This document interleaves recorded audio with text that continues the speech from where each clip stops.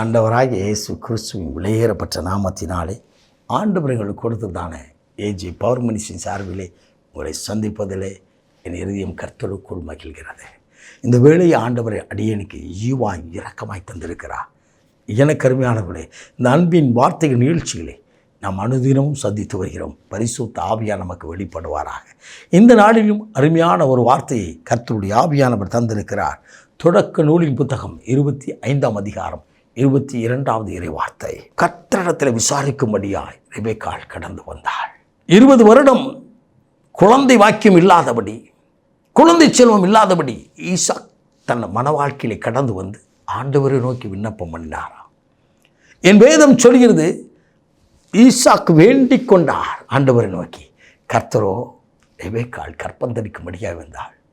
ஆனால் கர்ப்பத்திலே ஒன்றோடு ஒன்று மோதிக்கொண்டு இருக்கிறதை அவர் உணர்ந்தவராய் மனிதனிடத்தில் அல்ல, இந்த கர்ப்பத்தை கொடுத்த தேவனிடத்திலே வந்தாள். நீங்களும் நானும் யாரிடத்தில் போகிறோம்? ஆசீர்வாதம் வருவதற்காக ஜெபிக்கிறோம். ஆசீர்வாதம் வந்த பின்னதாக ஆண்டவரிடத்தில் வந்து இதை என்ன செய்ய வேண்டும் என்று சொல்லி நாம் கேட்போம் என்று சொன்னால், அவர் யோசனையில் பெரியவர், அவர் ஆலோசனையில் வல்லவர், அவரே நம்மை நடத்துவார்.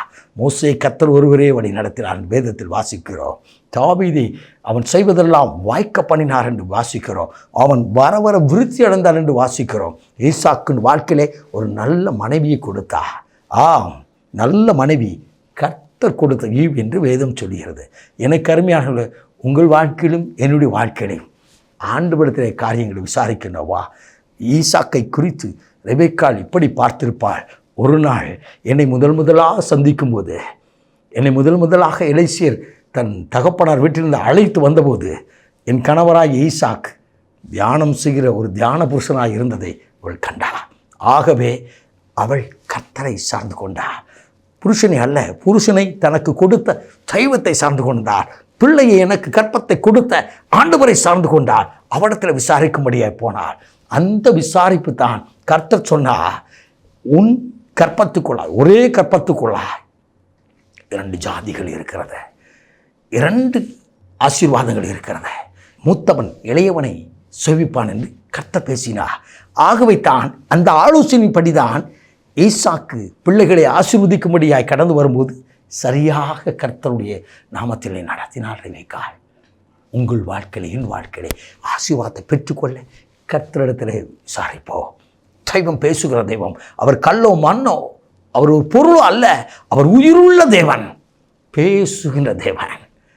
நீங்கள் கேட்கும் பொழுது அவர் உங்கள் காதுகளிலே, உங்கள் இருதயங்களிலே தீர்க்க தரிசனமாய் பேசுவா, கனவின் வழியாய் பேசுவா, காட்சியின் வழியாய் பேசுவா. எனக்கு அருமையானவர்களை பரிசுத்த வேதத்தின் மூலமாய் பேசுவா. ஜெபிக்கும் பொழுது தீர்க்க தரிசனமான வார்த்தைகளோடு உங்களோடு பேச அவர் ஆயத்தமாக இருக்கிறார். ரெபெக்காள் விசாரிக்கும் பொழுது பதில் கொடுத்த அதே ஆண்டவர் இன்றைக்கு உயிரோடு இருக்கிறார். உங்கள் பிரச்சனையோ வியாதியோ, எனக்கு அருமையானவர்களே, உங்கள் கண்ணீரெல்லாம் மாற, உங்கள் கவலைகள்லாம் மாற, உங்கள் பிரச்சனையெல்லாம் மாற, இதற்காக என்ன செய்ய வேண்டும் ஆண்டவரை என்று சொல்லி ஆண்டவரத்திலே கேளுங்கள். அப்பொழுது அவர் அப்படியே செய்வார். அவர் உங்களை விசாரிக்கிறவர், அவர் உங்களை விசாரிக்கிறவர். நீங்கள் கர்த்தரிடத்தை விசாரிப்பீர் என்று சொன்னால் உங்கள் வாழ்க்கை குறித்து விசாரிப்பார், உங்கள் கணவரை குறித்து விசாரிப்பார், உங்கள் பிள்ளைகளை குறித்து விசாரிப்பார், உங்கள் பணித்தளங்களை குறித்து, வேலை ஸ்தாபனங்களை குறித்து விசாரிப்பார், உங்கள் கடன் பாரங்களை குறித்து விசாரிப்பார், உங்களுடைய சரித்திர இருக்க பாடுகள் வேதனை குறித்து விசாரிப்பார். நீங்கள் அவனிடத்தில் விசாரிக்க வர வேண்டும். ஆண்டவரே, அன்றைக்கு ரெபெக்காள் வந்தது போல நான் வருகிறேன். அவள் குழந்தை பெறுவதற்கு முன்னதாக வந்து நின்றாள்.